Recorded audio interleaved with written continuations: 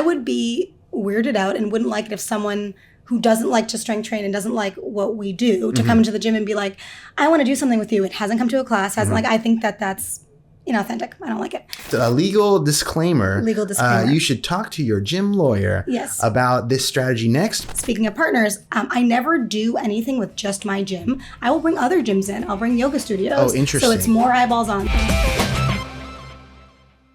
Hello, and welcome to Gym World Worldwide. I'm your host today, Mateo Lopez. I'm on the road. If you're listening on Spotify, it'll probably be fine. The mics work. If you're watching on YouTube, we're in my hotel room. It's dimly lit. It's a little weird. I have the Gorilla setup. I have a big mic over here and a tiny mic right here. But we're going to make it work. We're filming it on my phone. And I'm here today with Tina Marin of MSC Strength over here in Greater Mass, Boston. What is it? Yeah, we're on the South Shore. South Shore of Boston. We are both here because we're here for the Business for Unicorn quarterly, biannual business summit. So we're learning all about how to be better in the gym world worldwide. We got our tiny hands here. I wanted to bring Tina up to talk today because she kicks at, well, first of all, she's lovely. She's a ball of energy, a social butterfly. Is that okay to say? I think so. And she kicks ass at joint ventures, partnerships, community events with other businesses, and able to leverage those to generate more leads and, most importantly, more clients for her gym. So we're gonna get into all that. The teaser here, the headline, over 50% of her leads come from these events that she puts on. She has a massive social calendar. It's great for retention. We're getting into all of that. But Tina, first of all, how long has the gym open? Gym has been open. It'll be 9 years in January. 9 years. We're almost at 10. We're almost at the 10-year mark. How did you get started? I got started. So my previous life, I was actually in corporate America, which is shocking to most people. There you go. Because I do things like this. Yes, we have our tiny hands here. Because I do things like this. Yes. But yeah, no, I worked for a bunch of companies in finance, then got into data analytics and sales strategy, and was quite unhappy. Went back to school to be a physical therapist. Oh, wow. And then I did in that process, applying for PT schools, I realized I was coaching as my job then, and I really, really loved that. Like a global gym or like global gyms, as many as I could work at one time, Yep. Whatever would take me. Yeah, really burnt myself out there. Yeah. Pilates studios, women's gyms, big box gyms, all the things. One-on-ones and classes. Classes. Just hitting the floor. Oh yeah, 40 plus hours a week coaching, then all the other things. And then trying to study. Yep. But knowing that even when I was in school, I wanted ultimately my own practice at that time. So once I kind of decided that coaching was where I was going, it was all, learning and growing to build my own gym. So I opened in 2016. I did all the things wrong until I got some right. Yeah. And then COVID happened also. And then COVID also happened. Yeah. So it's we do small group private training, one trick pony. We do have some one-on-one clients. It's not our main gym. We have done small group private training for a long time. We used to have some large group, and it was kind of a half and half, but small group has been a big part of our business since probably 2018. So that's kind of our gym. Tell me a little about the space. How big is it? What are the classes? I think you mentioned 8 per class. Wait, how's the layout?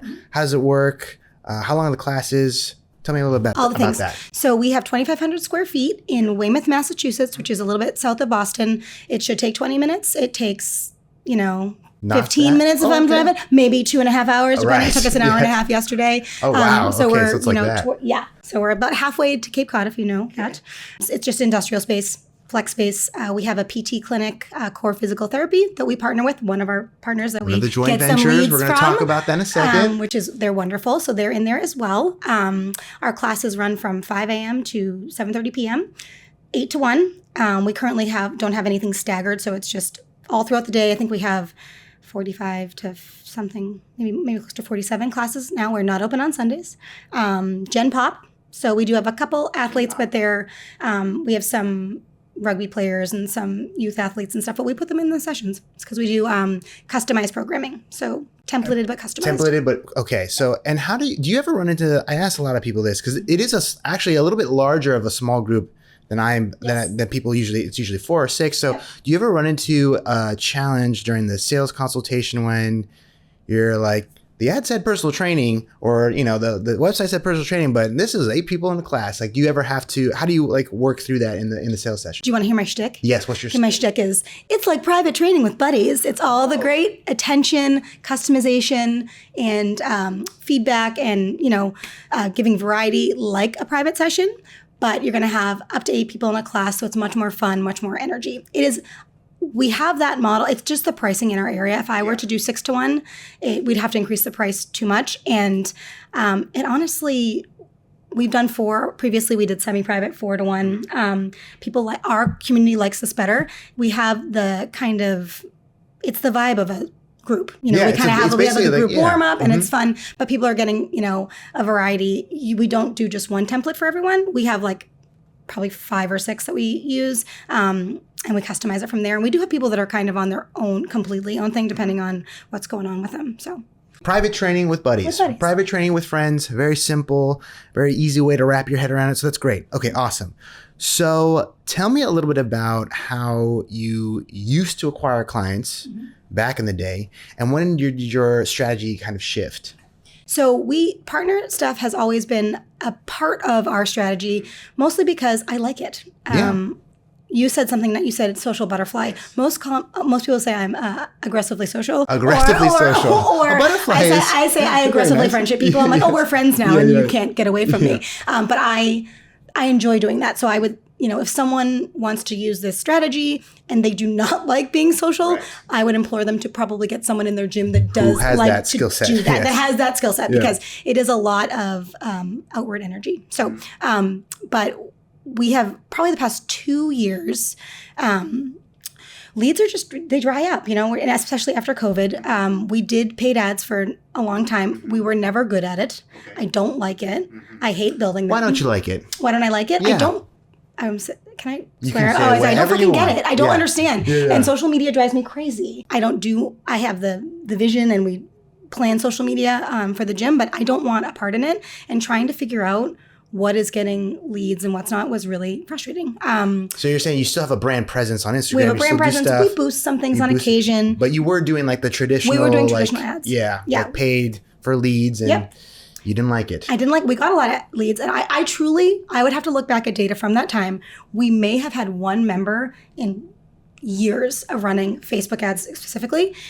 So I really doubled down on the partner stuff. Probably 2 years ago, this year, we really kind of took it to the next level. I've always had a partnership with, I'm lucky enough to know a lot of people in the community, mostly because of my social aggression, but also because I just have friends that own businesses. So that is helpful. One of which that we've had a lot of success with is a brewery, and our people like to drink. So I also work with places and people that I use in their service or their product. I don't do anything with anyone that I don't know and support. So we've done Run Club is one big piece of our strategy. We do monthly, usually 2 times a quarter, just a presence in another space, just eyeballs on. Sometimes that comes with a little, mini workshop, or maybe I just literally go. At the brewery, sometimes I just go there and hang out and buy people a beer, or give, I'm like, hi, do you like to work out? And they're like, no. I'm like, cool. Do you want to try it? Do you want to try it anyway? Yeah, I want to try it anyway. And that works. And that's helpful for us. And then we also do a lot of we've kind of narrowed it down to 2 a year, just because it's a lot of work. Huge fundraisers, generally at the brewery space, because I don't have to pay for it. Right. Because for me, all of these things bring leads. And if a fundraiser doesn't bring in any business, I'm getting emails, which is huge, but also it's for charity. So I'm fine with that. Yeah. Well, so let's start with the brewery. It sounds like that was kind of the first one. It is. And you had the way you started, you had a relationship with the owner, right? That's how we started. Yep. Okay. So step number 1, I guess, gym owners, is you probably know some business owners in your town, right? You probably picked your spot and your location because either you are from that community, or you live there, or you wanted to move there, and you have some kind of social presence there. So you probably know some other business owners, even if it's the bar you like to frequent, or maybe drinking is not it doesn't always have to be alcohol, right? Right. That works for Tina's group of cohorts of people. Yeah. And if you skew younger, people are out and about, like you can do those kinds of happy hour things. But it doesn't have to be that. It can be coffee shops, it can be run clubs, it can be whatever it is you think your community is already doing. Yep. And for Tina, it sounds like they were already going to the brewery. Everyone's already going to the brewery, Yeah. and it's a very popular brewery. Yeah. Also, when you say brewery a lot, It's very hard. Like Yes, it gets a little bit muddled. Yeah, the beer place. The beer place. The place where people get beer. Right. It's like dancing in a brewery. Brewery to tide them over.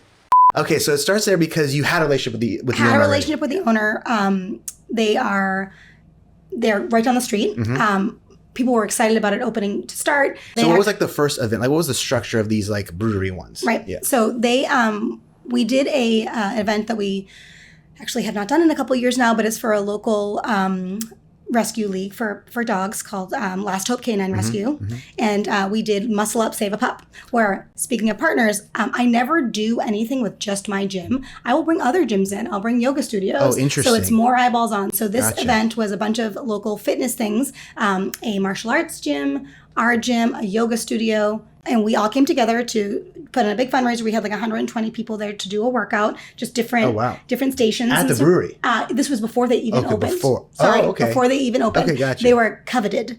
So they're it's Vitamin C Brewing Company. If you should follow them. Okay. They are very popular. They have great beer, and they're a big anticipated opening. So he actually was able to give me cans, and you did the workout, you got your beer tickets. That's a whole nother thing when you can't just serve people Right, beer so you if have you're to not get the tip certified. tickets. Yeah, You you have have to to get have the tip tickets. certified Yeah. people. Yeah. We also had another friend, another one of my friends from growing up owns a brewery that's a little bit further south in Plymouth, Massachusetts, America's hometown, where I am from. Right. Yes. So, Shout out Plymouth. Plymouth, Massachusetts. Great for tourists. They also came with little mini kegs, so we gave people beer tickets. It was basically like a little beer tasting after the event. That was kind of what kicked it off.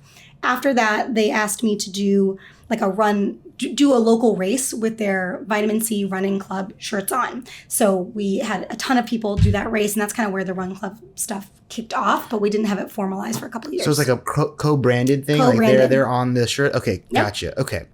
And for these events, you're obviously getting registrations, I'm assuming, Yep. and you're collecting contact info that way. Do you have offers that you're giving to people? Yes. Okay, so I'll jump into Run Club because I think it's Yeah, going to be the most helpful. And there's like I have a playbook around it that I share with a lot of Unicorn Society members. But the biggest thing with any partnership that I have learned after failing many, many times is working with other places. You have to have like a clear plan of like, do you agree to post this goddamn stupid thing when I ask you to do it for the love of, which is a lot easier now because you can collaborate. So on Instagram, like physical collaboration, like a collaboration post. Yeah. So we have a really clear agreement, like this is what's going to happen. This is when it's going to happen by. We need to get emails. We use our own system. So I make sure everything the enrollment is going through us because I don't want to rely on someone to give me the emails. And then we have a marketing calendar that we're both going to do. It is a lot easier if you offer to do everything for them. Right. And then they can just kind of take the verbiage and make it sound like them. But the email blasts that go out, the social media posts, the more you can do for this other person and make sure that it's beneficial to them as well, the better. So again, we already send people are already going to the brewery. So with our Run Club, how we kind of launch it, we do 3 enrollments a year. So we have this enrollment. We do like a 3-week lead in. There's 1 post 1 week, 2 posts the next week, aggressive posts and lots of stories, all that jazz. We do a couple emails. We also partner with our physical therapy team for this. So it's co-branded. Yep. So lots of eyeballs on from different people. We put a lot of stuff in the brewery, flyers, all that stuff. We give flyers to our gym members. They give them out to people. We also have an ask of our current members for referrals during that period. We do a hard cutoff or a last call. Yeah, I gotcha. Yes. Yes. Closing time. Yes. Closing time, yeah. Last call, please, ladies and gentlemen. Last call. So we do a last call, and obviously it's not last call. You can join anytime if anyone's interested. But it's a lifetime enrollment, so it's $50. It's cheap for a lifetime membership. Once they're enrolled, they get the cool T-shirt that they don't sell. So this brewery also has really cool merch that people covet. They're obsessed with it. And you can't get the shirt. Everyone always asks for the shirt. You can't get it unless you're in the Run Club. It's gotta get in it's the got Run a Club. Van Okay. slip on it. It's like Very the nice. surfer dude thing. Very so, cool. And very then, punk rock. It's very punk. We are like the punk rock version of like Yeah. the hardo, Yes. run clubs. So after that, they go into a workflow in Kilo. Oh, there you go. Plug. Subtle little plug. All right. But it makes it very easy because Yep. this used to be manual and now it is not. Yes. So they go into a workflow, gives them some time, gives them information, get everyone all set up, and then they get a free week to the gym. They get it, just try us out. Not even, and I always say it's just to learn. And if you learn something great, they get a assessment with our PT clinic, and they get some swag from Vitamin C. We give them a running vest because it's dark and we run in the winter, and then that $50 is actually just a donation to whatever charity we choose at the time. Yeah. So what does it cost then in terms of for some of these events that you're running, for the flyers, the stickers, the merch? What does it cost for you to put some of these on? It does. It depends. We do keep costs minimal. The good thing is we generally we have so much swag and crap that we just have, so it's kind of hard to define, but we get it. We get a really good deal from another friend, another partner that we use. So we try to keep cost to under, like, for per enrollment for a run club, that's a couple $100. It's a drop in the bucket, and we usually get a lot of members from it. For events, it varies. We are actually going to be leveling up some of the events, maybe getting an event planner. So that's, but it Costs might be going up. Costs might be going up, but we do try to donate like 80% of it. And so, I mean, I donate my time. Right. My coaches who want to participate will donate their time, which is nice. So that is helpful. But in any of the events we do a t-shirt, which is usually an extra add-on. So you can buy a ticket that's like the deluxe ticket, a ticket plus the t-shirt, right?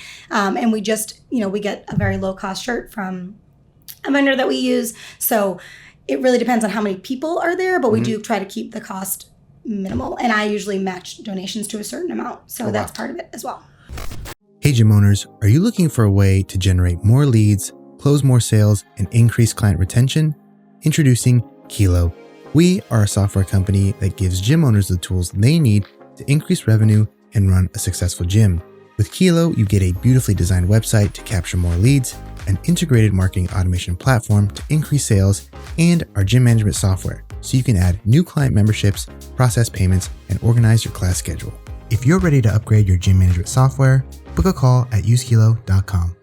Okay, so level one is if you got some close acquaintances or friends or colleagues that own businesses around you, or gym members. There's probably a lot of people. We have a lot of partners, gym people members. In our gym. Yes, clients of yours, especially if you run personal training gyms or semi-private with a higher ticket, you probably have some small business owners right in your gym. So you can collaborate with them as well. So you start there. All right, so then what's the next level out? How do you start? You mentioned a little bit of it before, but if you want to reach out to like a colder lead or for a partner in one of these joint ventures, like you have to offer them something and you have to kind of commit to doing all the work for them in exchange for them being like, post on this date, put it on your website here, and just like agree to be cool. So how do you start to pick and reach out to some of the business owners that you don't have relationships with?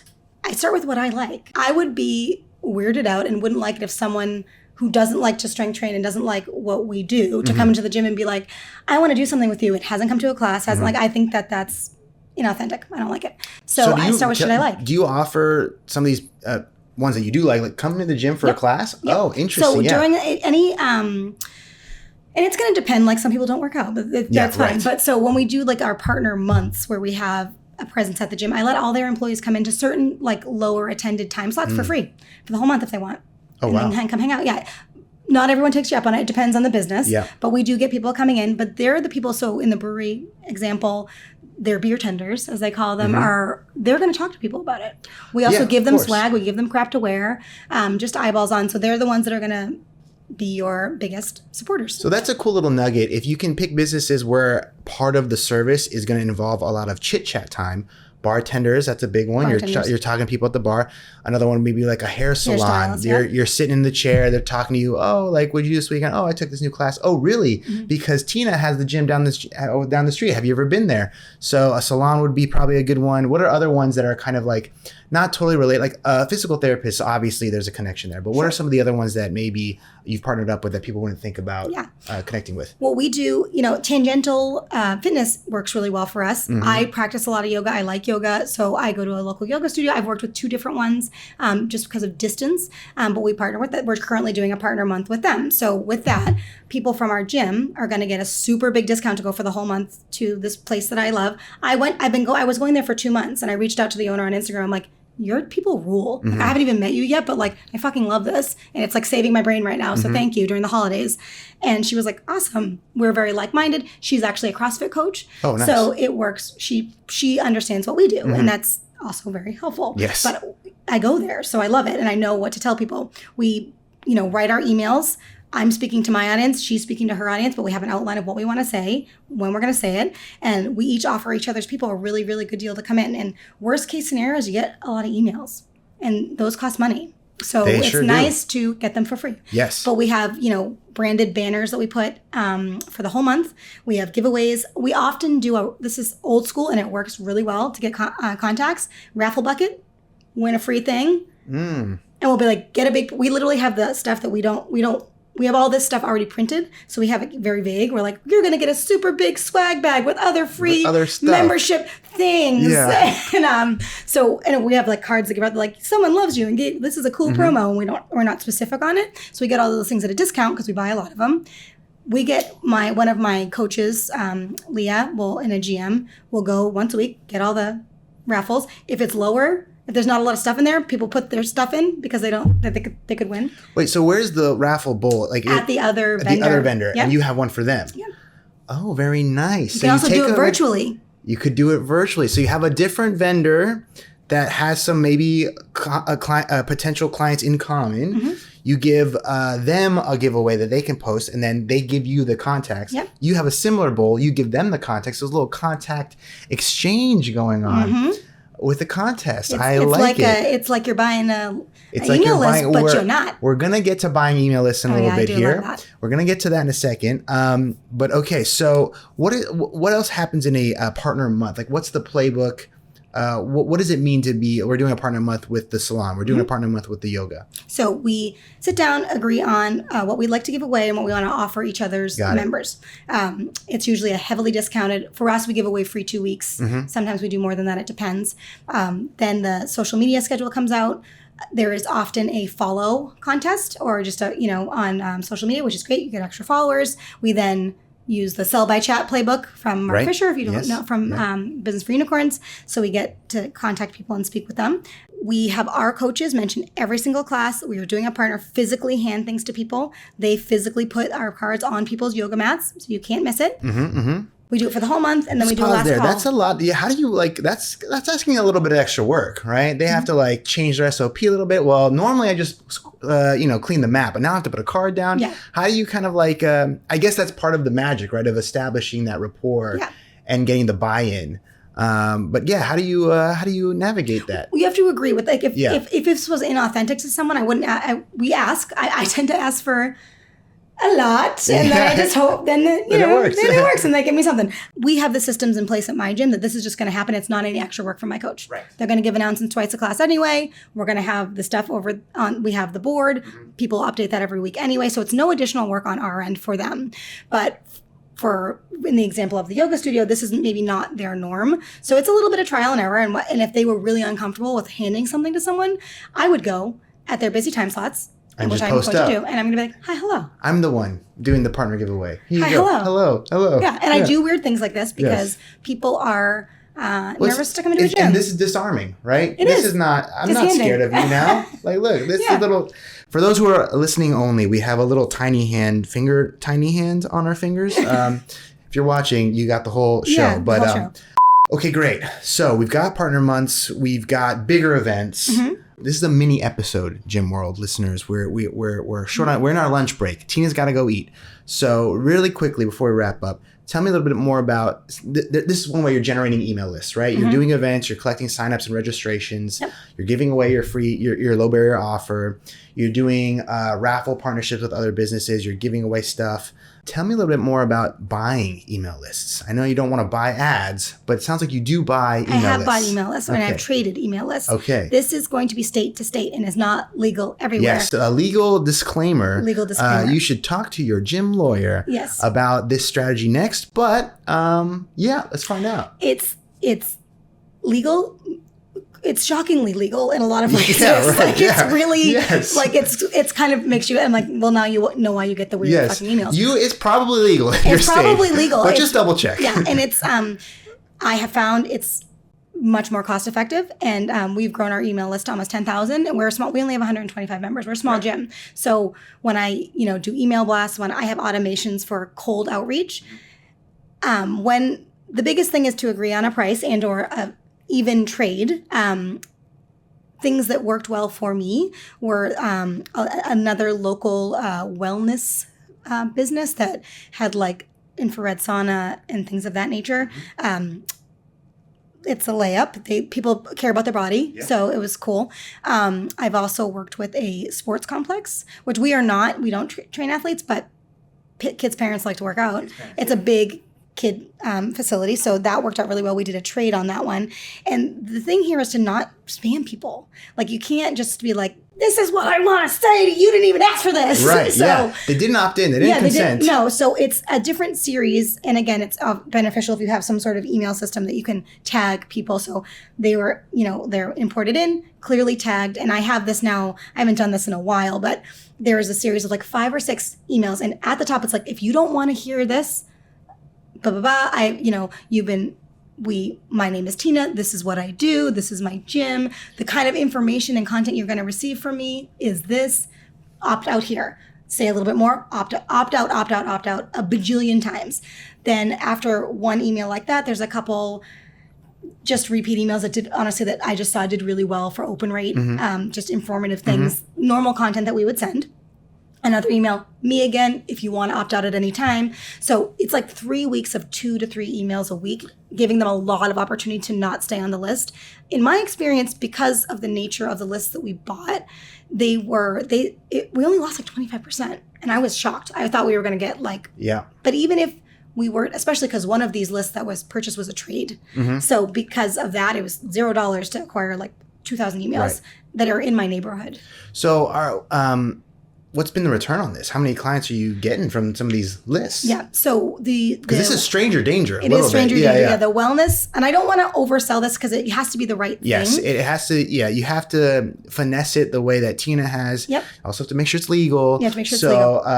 But yeah, what's been the success rate for this? So for the wellness company in particular, we did a warm up in September and October, and then hit them all with a Black Friday deal. And again, for a small gym, we got like 25 new members. Wow. Some of them were referrals. I would have to remember the statistics, but I think like 18 of those came from that list. Wow. But again, very warm in terms of you were working them. I was working them. Yeah. Yeah, you were working them. Yeah. You were what is it? Aggression? No. Socially aggressive. Social aggression. So I like aggressively friendshipping is also another term I use. But the other list had fewer people unsubscribe, and it grew our list quite a bit. And so that was when we started to see things come in. And this is where it's a little bit hard to identify. Did they click on the link, or did they see our name, then go to the website and then opt in from there? But we do try to change our source in our sales conversation to say, like, where did you hear about us? And if they said, like, oh yeah, I got an email, it's weird, I don't know how I got on your list. I'm like, that is weird. It's so crazy strange. how that happened. Don't be like, I bought your email. Don't do that. But so we just started hearing a lot more of that as well. We didn't get a big influx from the sports complex.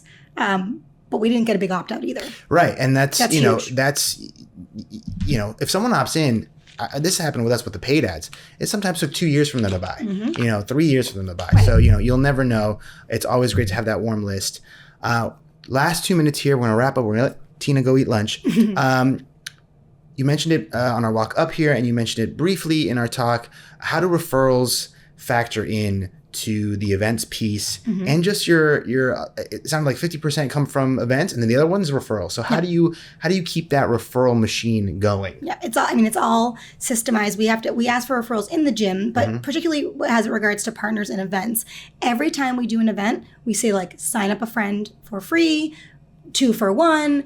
I personally, again, the aggressive nature of my being, in the gym, we don't say like, oh, would you want to bring someone? I'm like, who are you bringing? You. Right. Come on. Yeah. That's authentic to me. It's not weird for me to be like that. Like you don't want to just start doing that out of nowhere. I'll be like, I know you have a friend. Like, who you got? You can't come unless you're going to bring someone. So my coaches do that, and they have kind of developed their way of doing it. A lot of them say, like, Tina's going to fire me if you don't bring someone. And I'm like, I am. Yeah. I'm going to lay it on the Also, hammer, don't joke about that in the gym because that is not really legal. Again, you have to be.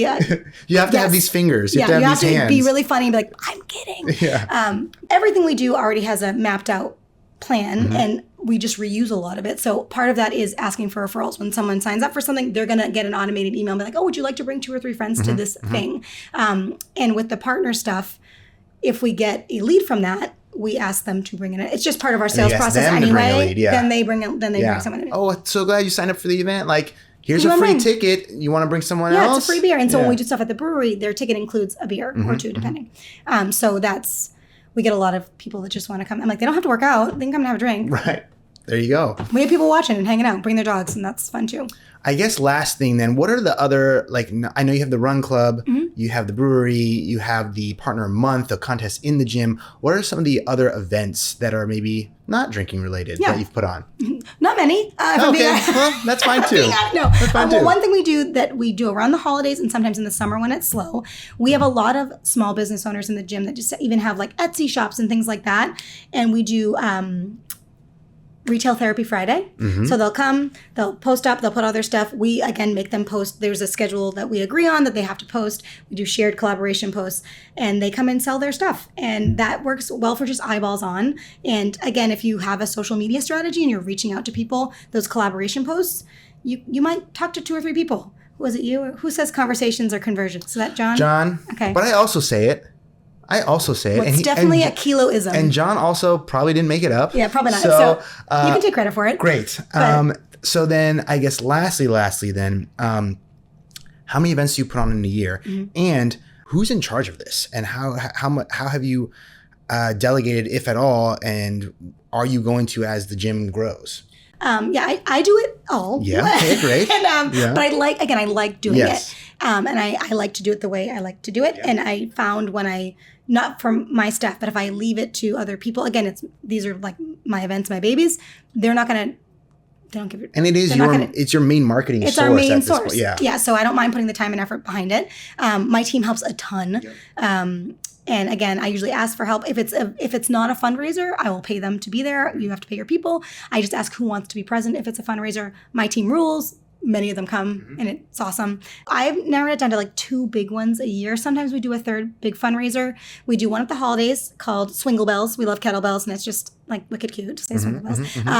And that is also at the brewery because of space, but we've done it at other locations. That one did very well, and that's for Friends of the Homeless South Shore, so we like to support. Another thing I should note, I always ask the partner I'm working with who they want to donate to. Nice. Not just pick a foundation that's important to me, because it would be like all puppies all the time, and like we should help people too. Sometimes. Yeah. So I always ask them who they would like to donate to, and we always opt for that one. And then the summer event we do is usually around a doggy event of some sort, or a pride. We do a pride event generally as well.